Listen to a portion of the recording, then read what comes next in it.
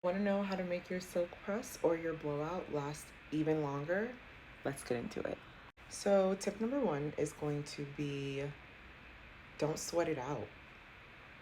So, obviously, we go to the gym, we are active. Some of us live in very hot climates, and sweat is always the biggest thing that is going to get in the way of your silk press.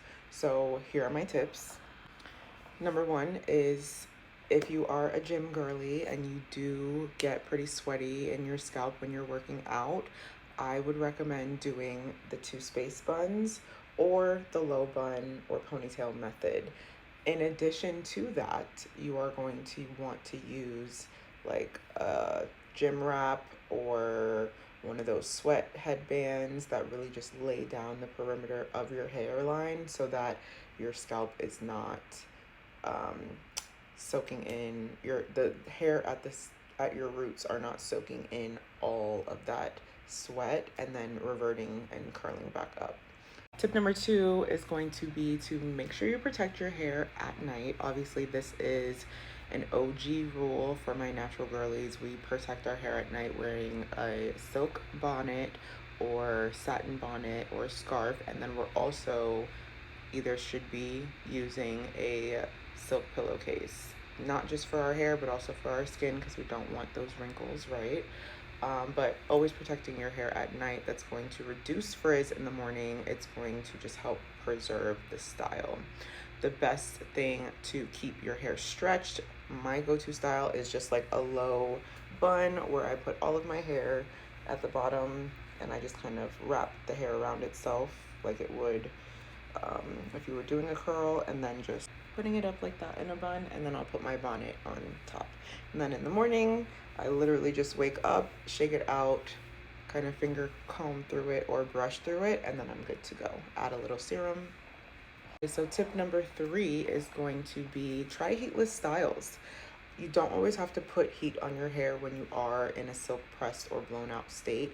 I try to only use heat on my hair maybe once if I need to do a touch up, but for the most part, I'm just trying to keep the hair as stretched as it possibly can. As you can see, this is not a silk press, this is more of a blowout, but it's still the curls stretched out. So it's not the natural state that the hair would be in, but it does help just kind of preserve that look without me having to use a curling iron every single day or things like that. So if you are in a blowout or you don't mind having a little bit of body to your hair throughout your style, doing like two low buns or the one low bun like I showed you in the last clip would be my best suggestion for you.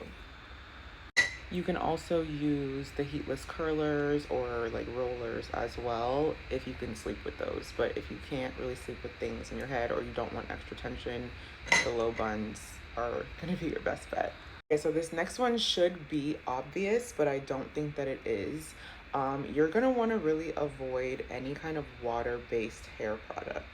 So if you're not looking at the ingredients in your hair products, I'm already giving you the side eye. But because I'm your beauty bestie, I'm gonna help you and we're gonna educate you in this moment. So anytime you're using a leave-in or a serum or any kind of product to add moisture to your hair throughout your stretch style, you wanna look on the back of the bottle or product to make sure that it doesn't say water or aqua as the first ingredient because you are going against what you've just created. Anytime you do have your hair in a blown out or silk pressed style, you're going to want to prioritize using butters and oils for hydration and moisture instead of like a creamy product that is more on the liquidy side. If you're questioning it, probably don't use it.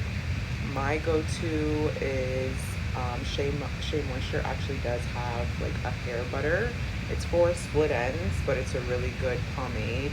The consistency is thick enough to really coat the hair and kind of get your flyaways away, but it's also hydrating enough because it has manuka honey in it. So that would be something I would recommend. Olaplex has a nice little oil. The bonding oil is good too. You can also use the Jisoo honey drops. You can get that from Sephora. And last but not least, our final tip is going to be use a shower cap. use a shower cap in the shower. Don't get in the shower and just put your hair in a low bun and think it's going to be all dandy. Even my girls who do skincare, get your spa headbands and make sure that your edges are pushed back and out of the way. I don't want you retouching your edges. That is the most fragile part of our hair, is our hairline. So I don't want you to have to be retouching it. If you do get frizzy around your hairline, my best tip is going to be to get a really good edge control that is also hydrating. So something that has moisturizing ingredients in it. You're going to want to look for, again, butters and oils in those ingredients to make sure that you're actually laying down your edges, yes, but you want to be adding moisture and hydration to our hair, because that is always the key to healthy, long hair if that is your goal. So, use a shower cap. That's it for today. Those are my 5 top tips to help you preserve your silk press or your blowout at home. Those are the easiest tips that you can probably do with what you already have at your house. So let me know if you like this video, and if you love content like this, leave a comment below and I will definitely be sure to continue to create some things like this for you. I hope that this helps somebody. Bye.